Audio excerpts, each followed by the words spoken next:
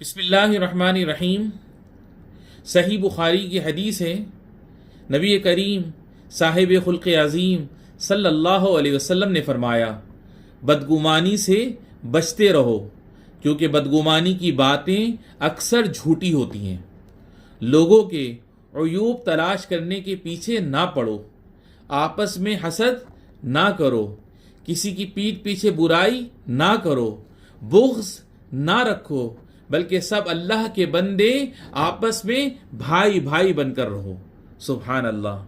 میرے بزرگوں اور دوستوں، میرے بھائیوں اور بہنوں، کتنا اچھا اور عالی شان فرمان ہے کہ ہم سب کو چاہیے کہ ہم بدگمانی سے بچیں، لوگوں کے عیب تلاش نہ کریں، لوگوں سے حسد نہ رکھیں، کسی کی پیٹھ پیچھے برائی نہ کریں، بغض نہ رکھیں، ہم سب متحد ہو کر آپس میں بھائی بھائی بن کر رہیں۔ اللہ رب العالمین ہمیں اس فرمان پر عمل کی توفیق عطا فرمائے۔ وآخر دعوانا ان الحمد للہ رب العالمین۔